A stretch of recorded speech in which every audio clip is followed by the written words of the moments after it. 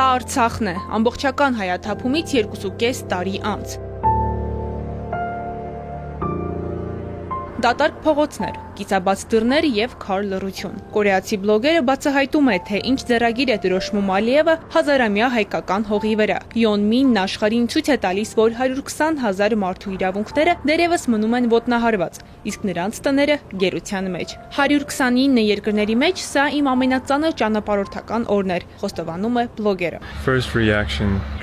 Առաջին ռեակցիան՝ ողբերգություն և տխրություն։ Երբ տեսնում ես այս լեռները, հասկանում ես, որ սա այլ հող է, սա այլ մարդկանց հող է։ Այս հուշարձանը տատիկ-պապիկը դեռ կանգուն է միայն քարոզչության նպատակով, աշխարհին հանդուրժողականություն ցույց տալու համար։ Նայեք քարերին, ադրբեջանցիներն իրենց անուններն են փորագրել հայկական սուրբ հուշարձանի վրա։